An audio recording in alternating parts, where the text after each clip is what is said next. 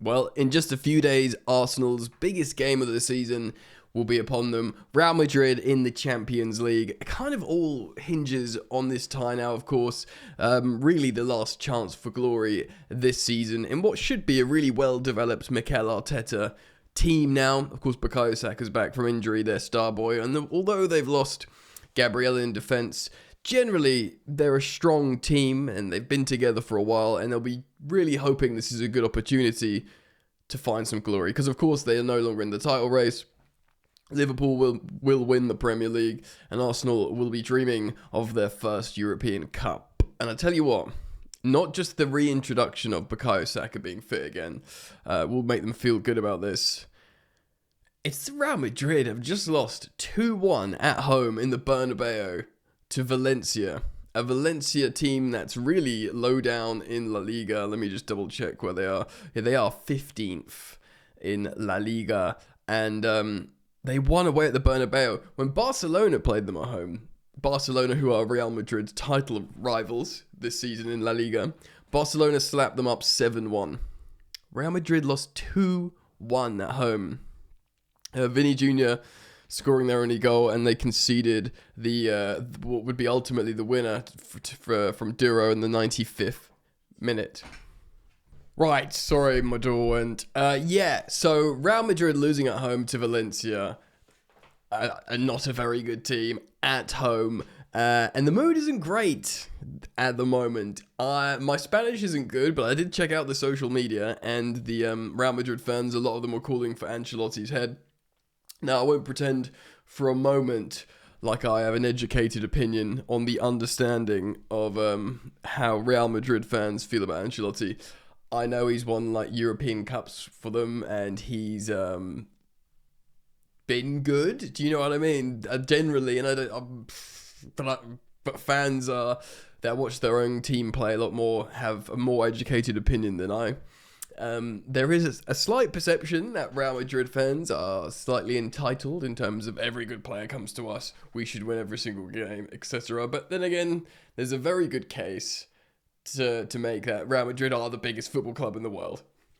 So that probably comes with a sense of entitlement to a degree. But Arsenal fans will be looking at this and rubbing their hands together. First of all, as much as I need to be. This is what I'm trying to do on this YouTube channel. I'm a Chelsea fan. I can't think of anything worse than Arsenal winning the Champions League. If I'm not authentic, then what's the point in me talking about football? But saying that, they will be a team that should they win it, they'll probably do it by just deserving it. They won't blag their way. Do you know what I mean? They're such a well coached team. They're such a good unit, a strong unit that sort of believes in each other's abilities. And like I said, they're really far along the line now. How long has Arteta been there? 7 years? Maybe? Mikel Arteta? I can't remember. I remember he was there when Lampard was there at Chelsea the first time around, because they beat us in the FA Cup final, and that was his obviously only trophy. And yes, the Chelsea fan in me would like to sort of assert that was more of an Unai Emery team than a Mikel Arteta team, in terms of player personnel. But, not to discredit the fantastic work that Mikel Arteta has been doing. Man, they come like buses, don't they, deliveries? Not to discredit Mikel Arteta, he's been really, really freaking good for Arsenal. I keep saying, I think I've said it before on the channel, I'll reiterate and say again, the best thing that Mikel Arteta has done for Arsenal is he's just taking them unquestionably out of the banter discussions. The banter discussions that Tottenham, Man United, Chelsea, even Man City to a bit, they sort of dip in and out of lately. And other not as high profile clubs, he just, and I know can always finish second is really frustrating, because you become that always the bridesmaid thing, Borussia Dortmund were to Bayern Munich in the Bundesliga for a long time.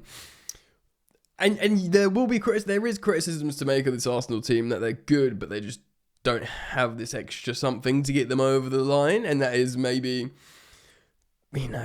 there's something to that, but of course there would have been this. Okay, they've been really unlucky to miss out to City a couple of times, but you know what? this season City's going to be off the ball. Right, now's our time. And of course, Liverpool spawn out of nowhere and are better than them and deservedly walk the league.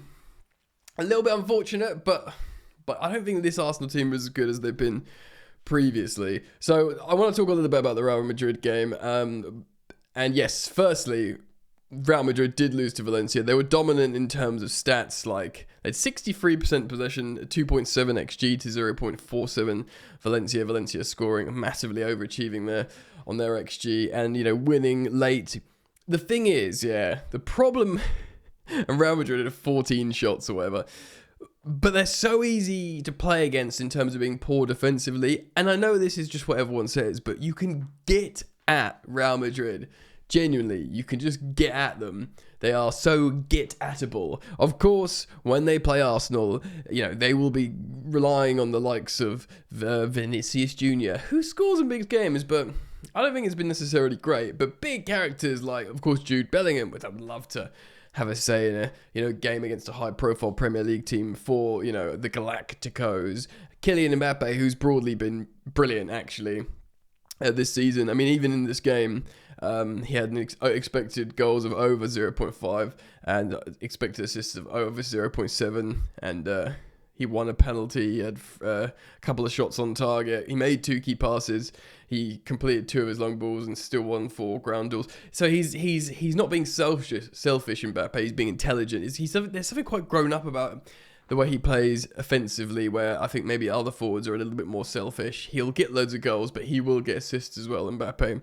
That's what all the really good forwards do, So there's the Galactico superstars that will be coming up. I know Tchouaméni's been playing at centre-back, which isn't ideal, but then again, of course, Gabriel isn't available for Arsenal. And it is a kind of bummer because Arsenal, their strength is their defence. They've got the best defence in the Premier League.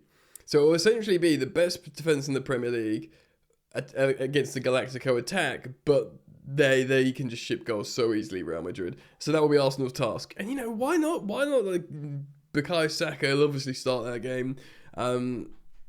Definitely capable of scoring against, this Real Madrid defence. And, even the youngsters, Nwaneri and Lewis Skelly, because I don't think they're the greatest game against Everton, which they're a 1-1 draw today, but, they're just fearless kids, do you know what I mean? I do want to check the odds very quickly of what the bookmakers are saying for who the favourite's going to be. Yeah, it's kind of like as you'd expect, Arsenal are favourites for the first tie, which I believe was at home, is at the Emirates. This is going to be such an interesting game because Arsenal, it's literally like the pragmatic reality versus the mystical vibes of Real Madrid that just seem to always win. Because you look at them, how they're playing last couple of games, how their defense has played Real Madrid. It's not as good as the Premier League, La Liga. It just simply isn't. It's not as fast. It's not as physical. They are also having injury troubles, Real Madrid. Arsenal are well drilled. They will defend well. They'll press well, they'll occupy space well, much more intelligently than Real Madrid will, much more. And they've I know they've lost Gabriel, and they'll deal with that with Kirill or Timber or whatever.